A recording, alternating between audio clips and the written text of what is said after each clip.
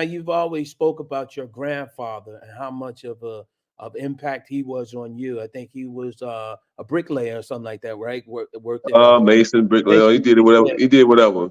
right. So he was a person that obviously gave you that sort of first sort of help in learning, commitment and dedication and stuff like that. Right. Would you say is that still something that you hold on today and staying in shape, watching what you eat and stuff like that?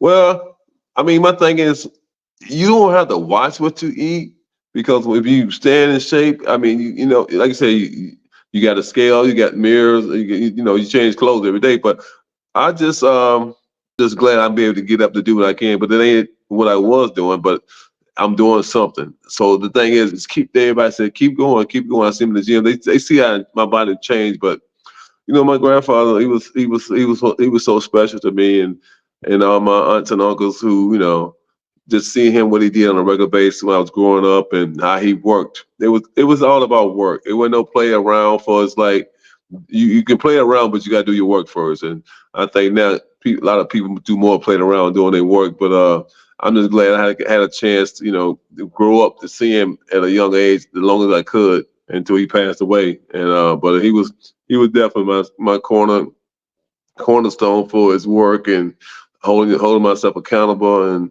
all my family. We all like me to do something.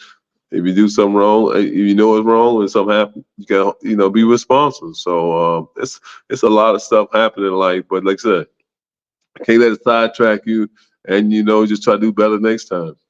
Yeah, no, I mean, I've always admired the fact is that I think when we were at the game, you was like, man, I had two slices of pizza. Oh, that's not good. And you were saying that, I was like, why you work out, but you're so active and you stay Yeah, on you got to your, watch what you eat. Like I say, I'm not. I don't eat a lot of steaks.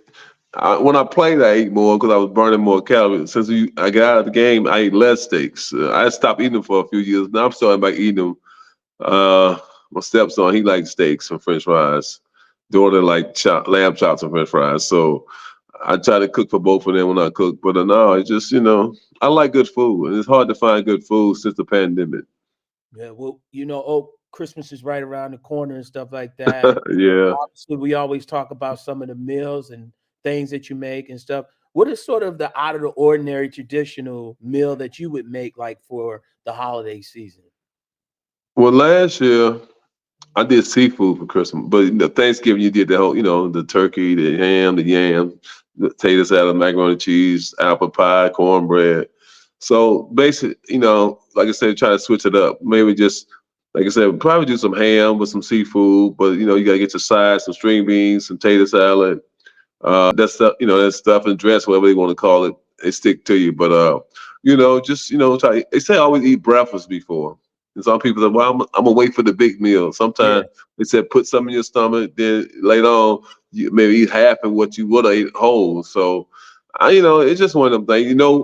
I do that morning. I get cardio in early Mm-hmm. because I don't when I cook I don't cook like some people got the night before. I get up like 5, 6 o'clock in the morning to cook. I don't want to cook the day before. I cook the early that morning, so I just take my time. I know it's gonna be right.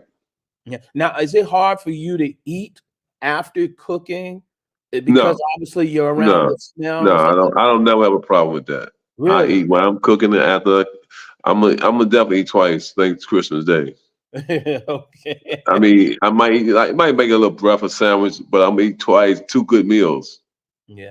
Oh, have you ever had a rivalry in the NBA that you guys, after playing, you guys have become friends? And if so, who would that be?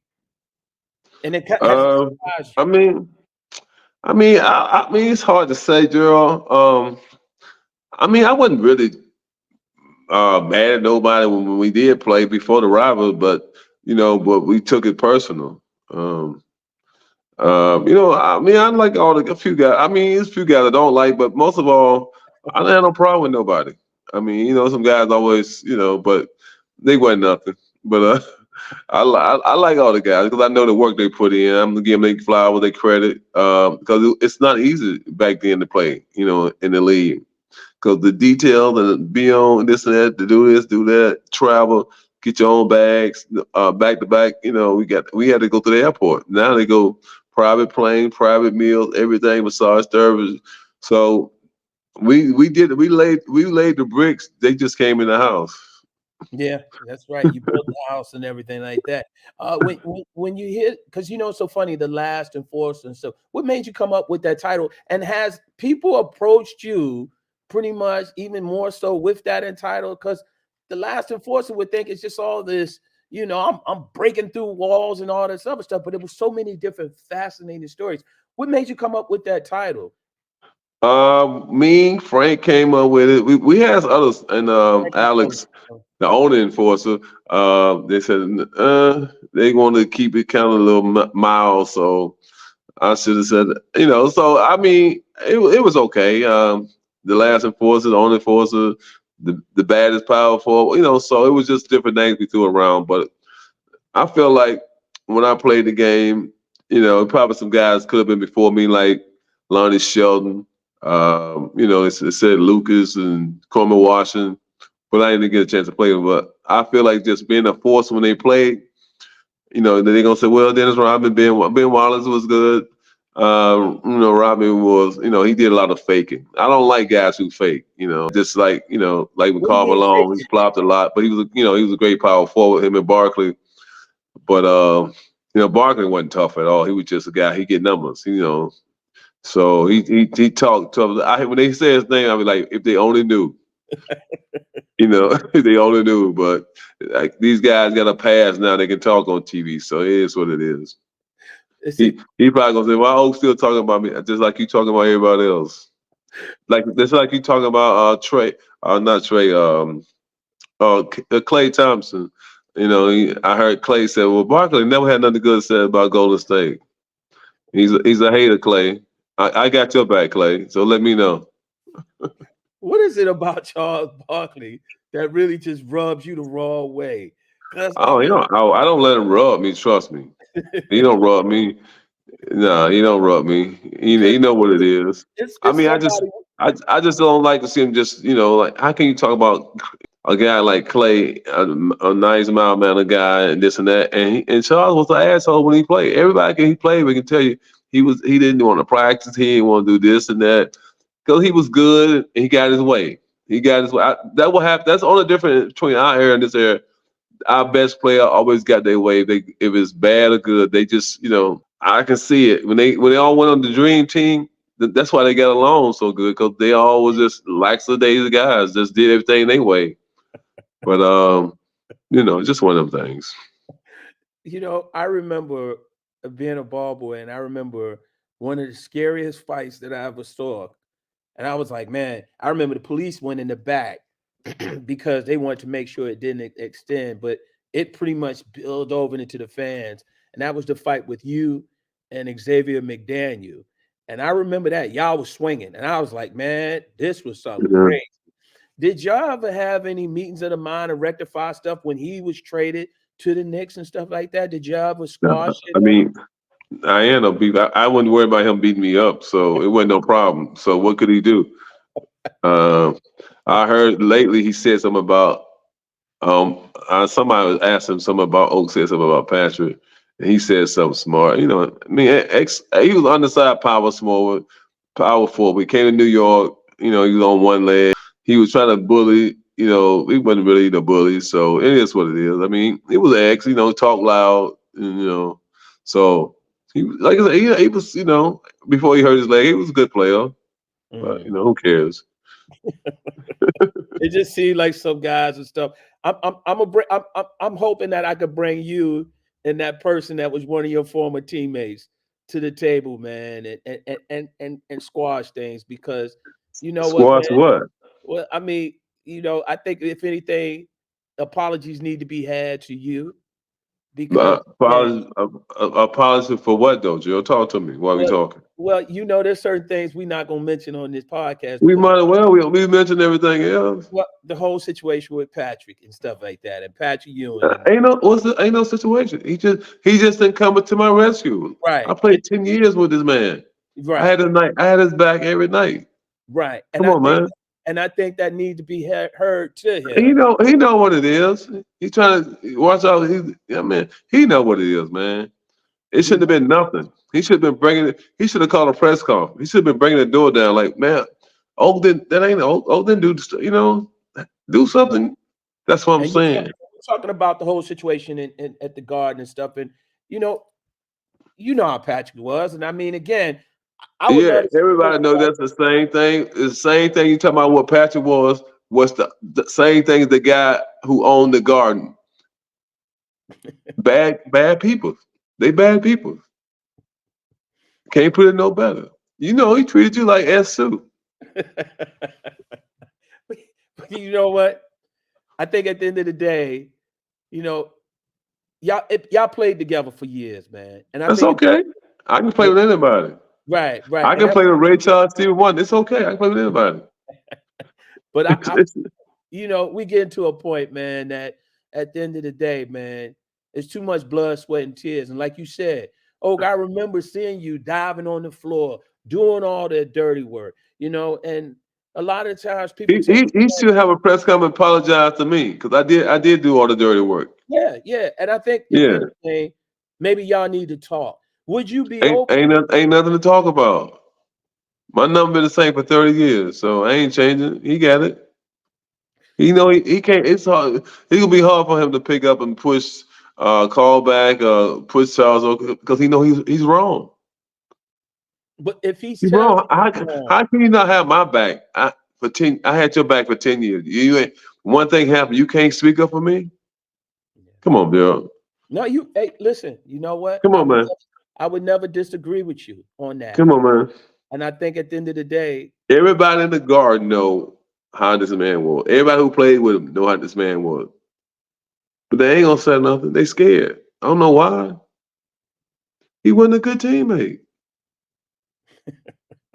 Coaches know, and it's okay.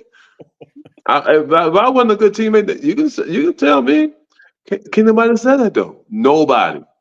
They can't even say they can't open their mouth with all good teammate. Tape on their mouth. I would have bad for everybody on my team. I got traded maybe twice because I wouldn't let no management disrespect my teammate. Ask Eddie and Tyson in Chicago. Ask Pete, all them guys in New York. You know, ask Adele, Mike Brown, anybody. Dale Collins traded me because I said something in the meeting and he was wrong. It's okay. But I fight for people. I'm not a coward. I fight for people. I'm not gonna be fake. I only gonna do this because this guy. No, 1 through 12, I got your back and the ball boys. You know that. yeah, you're right. But maybe you could, but You, you know what? Everybody can't be what you are. Oh, huh? everybody can't It be. ain't about being. This about being real with life and people. Don't get in the game. You can't be real with it. Yeah, you're right. You're A lot of right. people just do it for the money. So many fake people. Look at all these fake guys on TV. They got to build stories to be on TV. They got to sell their soul to be on these commentators on commentators on these shows every day. I mean, I can't listen to them. When they kill one guy, hold the other guy hand. Come on, man. I mean, and the thing is, man, I'm hoping, man, because I'm hoping. Hoping what? I would love to see you guys come together and have a conversation because at the end of the About day, what? Ain't no he owes, conversation. he owes you an I could apology. have did 10 years in jail. All I need was one person said, "I know Oak." He walked right past the jailhouse. It was MJ that was called and stuff like that when it was happening in the back and stuff, everything. Yeah, MJ, Reggie Miller, guys I went to war with had my back more than my teammates. That's embarrassing. Yeah, Nobody I played with stood up in New York. Other guys on the team, nobody on the New York team. And they tell me we went to war. I went to war. Them other guys was just standing around me. yeah, yeah. No, I mean, it's an unfortunate situation, and I know it still hurts, man. And I don't want. Man, no, it don't hurt. It's just show. I was brought up like, hey, you, you see somebody like that sooner or later. I mean, I know I did the right thing. That's all I can say. They asked me to sacrifice my game. I did that. I went from 15 points to 8 or 9. Pat Riley said, "Oh, we want you to take less minutes. Anything they asked me to do, I did. He died in the stand, took charge. My body, this is my body. I sacrificed every night. I took charges, lose balls. They don't show us that book, but I did it. Yeah, It's yeah, okay. yeah. No, I mean it's not okay because you deserve your flowers, and Yeah. I think the I bring fans will flowers. always. I don't need none. I bring them. I do, but that's why I'm so honored and thankful that again, you always pick up the phone and you've been gracious enough to spend time and talk and stuff like that because I remember after it happened, it was just sadness, man, and it still bothers me. The reason why it bothers me because I was a ball boy there, and I looked at all of you guys, and mainly you, Mark Jackson, rest in peace, Louis Orr, Trent Tucker. It was those guys and stuff that were brothers and stuff. And I looked up to you because, again, you never treated me differently. You were a superstar. You were a person that everybody knows and all that stuff. You wasn't the 11th, 12th man on the bench and stuff. And I always had respect for that. And even afterwards, cooking for kids and doing all these things and stuff. And you've done so much. And that hurt. You know what I'm saying? Because you are so beloved and you didn't deserve that. And you're right. And I think it's hard to heal from that. But I think sometimes talking about it, and I've had some people in the league tell me, well, why is Oak still talking about it? Why is Oak still talking about it? And Just give my number. Tell him. I'll tell him why. Give my number. no, no, I'll tell no, him. no, no, we're not doing that. Because I told them, No, you should have said you asked me the question, so I'm answering the question. I ain't. This not my press conference. You call. You asked me to do it, so you yeah, asking me. So they yeah, should be asking you why you asking me the question. yeah. But I think he was If either you being want to honest. go away, you stop asking people stuff. Yeah, but I'm saying It's like news cycle. It lasts 2 or 3 weeks and it's gone. They stop talking about it. I think it was even before that. And they were saying why. And I said, you know what? If No, you no, in Gerald. That's what you tell them next time. If you would have played with this guy, you'll see why. Just tell them that. That's in the whole conversation.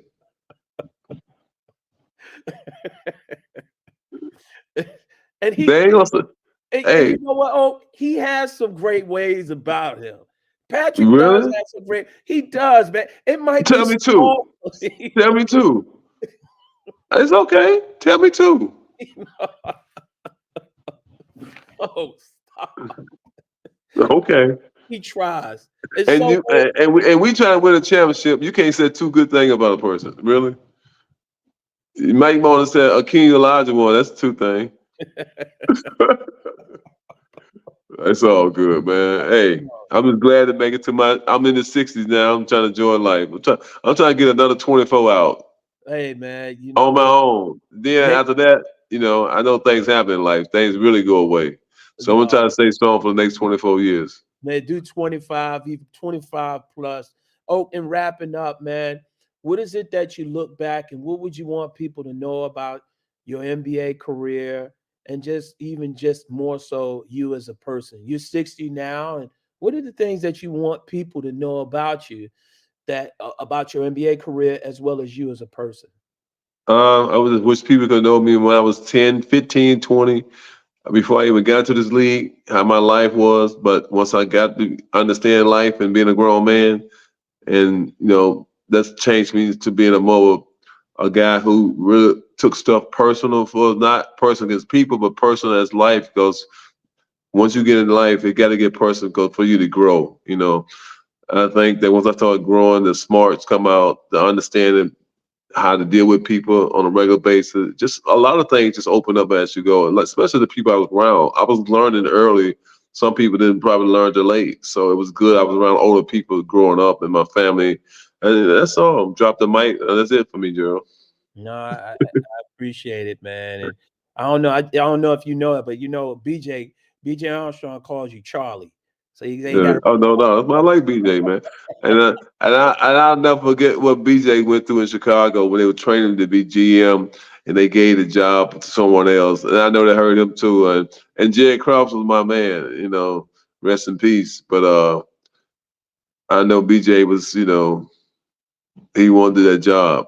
Sometimes he took a schedule out just I know he's getting paid, but to learn a position to be a GM and back in them days that was coming up, it would have been he probably maybe the second black GM ever at that time. So not to get something you go after, but he was shortchanged. It might have been he wasn't light enough, but that's what we go through in life. he's a great brother, man. Great brother. Just like you, man. So tell him I put in a couple good words for him. I sure will. Oh, always, man. Nothing but love, man. Love you, All right. man. And I appreciate you, man. And definitely thank you for the time. And also again, OakleyCarWash.com for the shirts and stuff.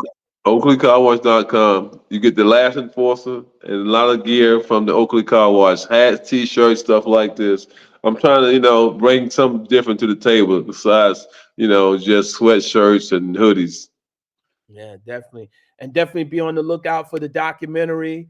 That's going Yes. to be explosive. In the When bourbon. when when is Yes. the when is the documentary scheduled to come out? Is it next year? Probably next summer, but the Next. bourbon next month. Okay. And what's the name of the bourbon? Charles Oakley Bourbon, baby. I can't wait for that. Charles Oakley Bourbon, OakleyCarWash.com. Get the clothes, everything. Oh, Last Enforcer. If you haven't gotten it, listen, man. Beautiful and blessings to you and the family this holiday season, and definitely appreciate you always, man. Be talking to you real soon. All right. Peace out, Gerald. Thanks. Anytime. Legendary Charles Oakley, right here, heavy in the pay.